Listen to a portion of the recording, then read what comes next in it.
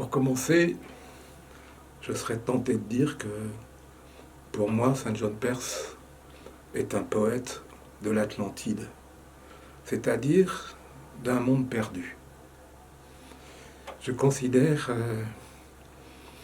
que les conditions terrestres, humaines, temporelles, qui ont pu permettre l'émergence d'une œuvre telle que la sienne, sont aujourd'hui en déclin, affaiblies, et que peut-être elles sont en train de définitivement sombrer.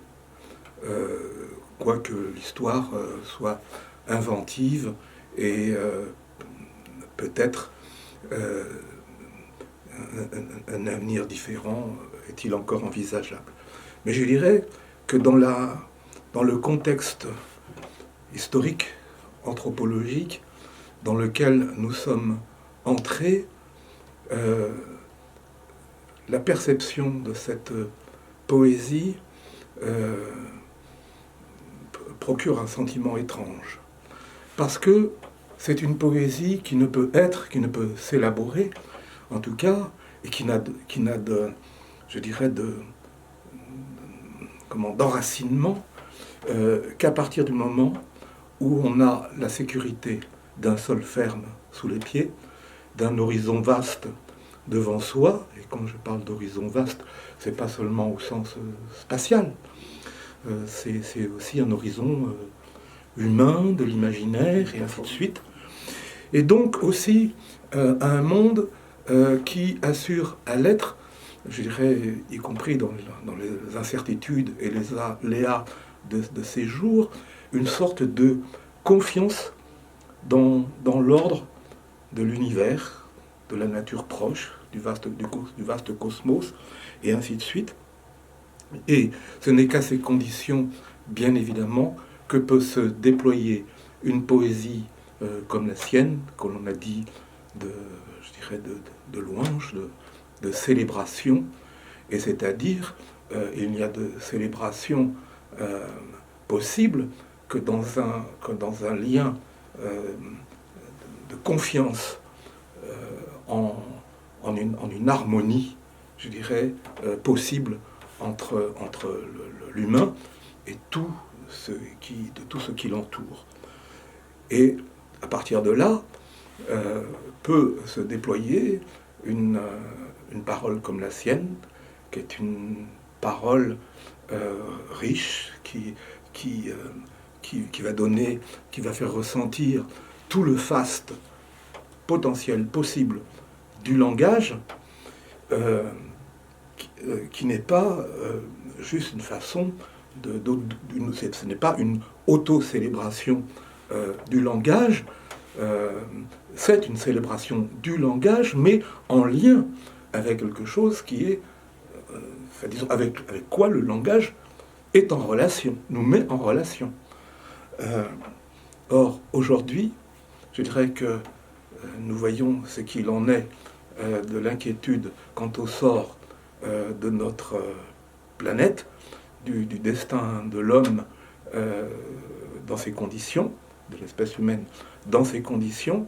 Et donc, je dirais que, d'une certaine manière, le fossé, lire Saint John Perse aujourd'hui ne fait qu'aiguiser le sentiment douloureux, tragique, que l'on peut avoir du fossé qui s'est creusé entre la perception que l'on pouvait avoir du monde au moment où il a bâti son œuvre, et le moment où nous sommes, où il y aurait quelque chose, je dirais, d'insincère,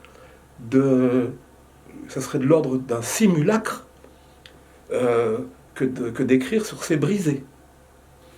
Et donc, je pense qu'aujourd'hui, la poésie continue, et je reviendrai sur ce qu'il peut encore avoir à nous dire à ce propos, c'est-à-dire de quelle manière on peut maintenir un lien avec lui.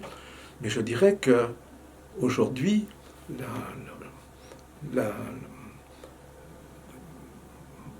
le geste de la poésie va peut-être commencer dans une condition disons, de pauvreté, donc pas du tout déclamatoire, mais qui sera au contraire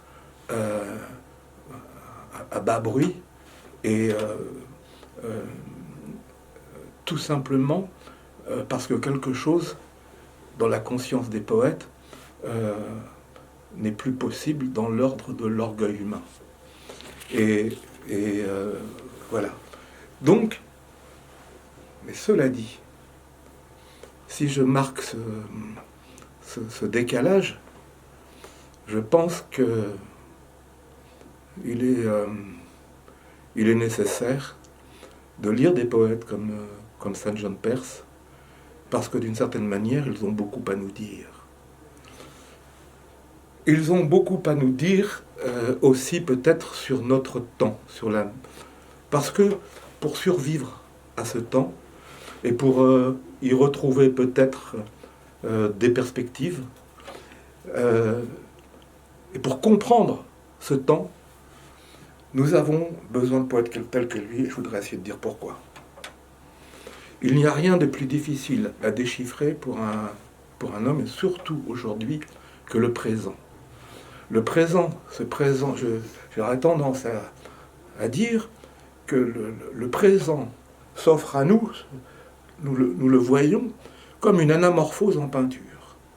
Or, on sait très bien que lorsque l'on fait face à une anamorphose, elle est indéchiffrable.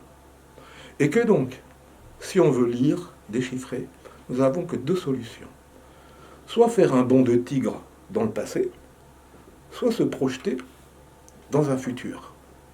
Dans un futur, là on est un peu dans l'ordre d'une imagination utopique, mais qui est justement tout à fait nécessaire.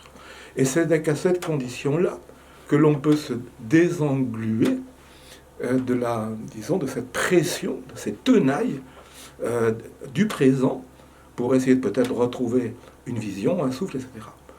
Et là, si on fait ce bond, si on se met en décalage, là, je dirais, on peut renouer à ce moment-là avec Saint John Perse et entendre s'il y a des choses là qui sont pour nous, je dirais, des éléments substantiels qui vont nous donner appui dans notre présent. Et donc, c'est-à-dire que au-delà de la surface, de toute la surface rutilante, je dirais, de sa poésie et de sa poétique, il y a peut-être quelque chose de plus profond qui est comme à la racine de son geste, et où là, on va trouver une proximité. Et je voudrais en tenir pour preuve certaines choses qu'il avance dans son magnifique discours du prix Nobel.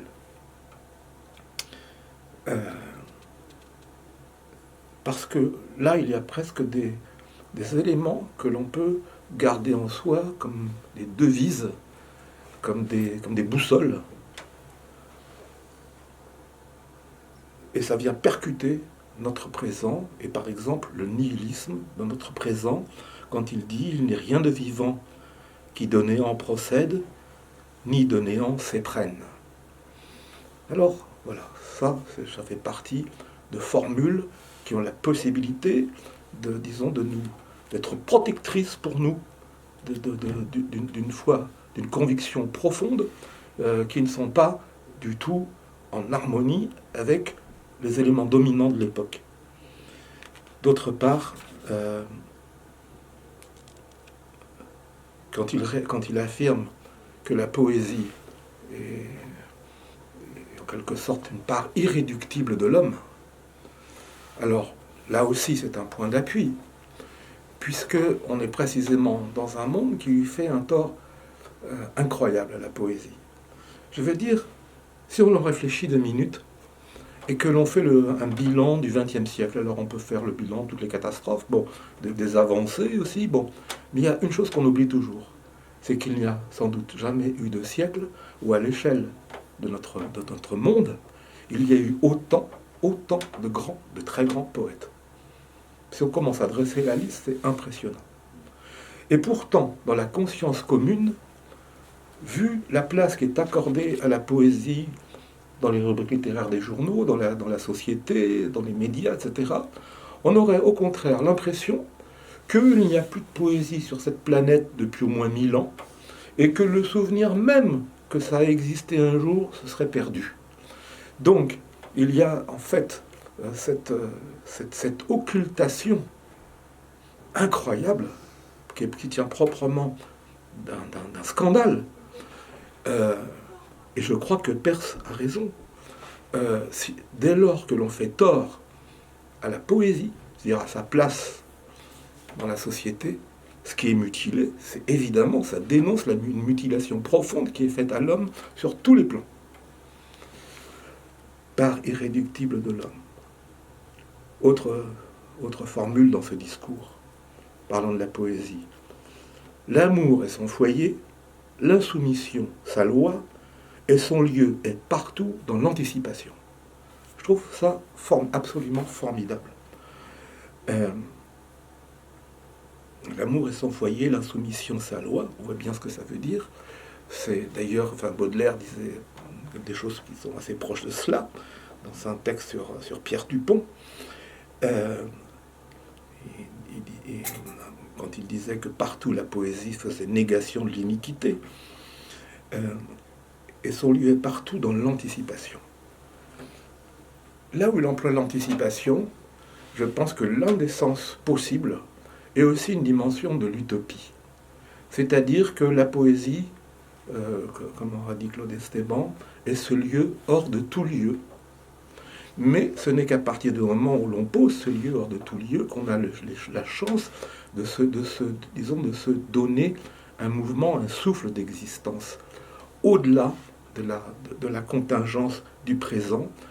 Et lui qui use d'une langue qui est profondément enracinée dans tout le trésor possible de sa langue, à partir du moment où il parle aussi d'un lieu qui est l'anticipation, c'est-à-dire qu'aussi bien il a derrière lui un puissant horizon d'antériorité, mais ça veut dire que la poésie pour lui ne se situe que dès lors qu'elle ouvre aussi un horizon devant. Il y a les deux horizons, derrière et devant, et c'est à l'articulation des deux qu'elle est possible, et que tout simplement une humanité est possible. Or, on sait très bien que, justement, là aussi, où je parlais quand je disais que ça semble un poète de l'Atlantide, c'est que ce qui s'est passé du point de vue du temps, de façon presque invisible, en l'espace de 40 ou 50 ans, c'est une profonde mutation, révolution anthropologique du rapport au temps, où on a eu une sorte d'effondrement d'un lien avec la profondeur d'antériorité, passé, mais également nos futurs, etc., un bannissement total de toute visée utopique, et donc une sorte d'enfermement carcéral dans un présent survalorisé.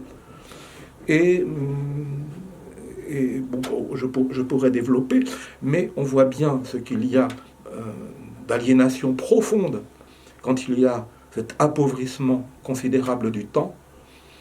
Et justement, chez Saint John Peirce, c'est tout à fait le contraire. Nous sommes avec un poète, c'est pas le seul bien évidemment, mais où à travers le matériau même de la langue telle qu'il le travaille, on est aussi dans une épaisseur, dans une richesse incroyable du temps. Enfin, je voudrais citer une dernière chose qu'il dit. Poète est celui-là qui rompt pour nous l'accoutumance. C'est capital. C'est capital. Et ça veut dire, grosso modo, qu'il nous dit quelque chose pour aujourd'hui et pour demain, mais que ce faisant, il se rattache à des choses extrêmement anciennes, que l'on trouve jusque dans les poètes de l'Inde védique. Donc ça nous ramène vraiment très très loin. Je veux dire par là, c'est que l'accoutumance, c'est quoi? C'est une forme d'entropie. C'est l'entropie du cœur, de l'esprit, de tout l'être. C'est cela. Or, rompre l'accoutumance, c'est déjà ça. C'est déjà se désempêtrer des forces d'entropie Et l'entropie, c'est quoi? Ben, ça peut être par exemple l'inattention. Le fait de ne plus prêter attention à grand-chose, à tout prendre comme je dirais, ordinaire, faisant partie du cours des choses, sans plus trop te poser de questions, d'être assez moutonnier. C'est un peu comme ça qu'on a l'impression qu'on nous désire aujourd'hui. Or, il y a une chose qui est très importante, c'est que, et là où il touche vraiment juste, c'est que la poésie, c'est quoi? C'est une façon de déjouer l'accoutumance dans le langage. Et qui est le cœur, finalement, de la chose. Parce que finalement, même si lui use d'un vocabulaire extrêmement riche, parfois de mots rares, etc. Mais je pense que ce n'est pas tellement dans la rareté que ce combat, dans la rareté de certains vocables, que ce combat l'accoutumance. Parce qu'il use aussi de mots tout à fait simples, par ailleurs. Il faut le remarquer. Mais la chose miraculeuse de la poésie, c'est que même si c'est un grand poème, si c'est un beau poème, des mots auxquels on ne prête plus du tout attention dans l'usage quotidien, le formaliste russe, Shklovsky aurait dit, comme l'homme qui vit au bord de la mer et qui, à force de vivre au bord de la mer, n'entend même plus le bruit des vagues. Bon, c'est aussi une forme de l'accoutumance, ça. On ne prête plus attention. Dans un poème, vous allez retrouver ces mots, et tout d'un coup, ils vont être neufs. Quand dans Racine, avec des mots très simples, il est écrit « Le jour n'est pas plus pur que le fond de mon cœur », c'est des mots parfaitement simples, tout à fait ordinaires, et tout d'un coup, c'est comme s'ils nous apparaissaient avec une lumière, un éclat nouveau. Et comment dire, défaire les forces anthropiques de l'accoutumance à travers le langage, à mon avis, ça engage à les défaire sur le plan global d'une vie. Et en cela, lire Saint John Perse n'est pas vain.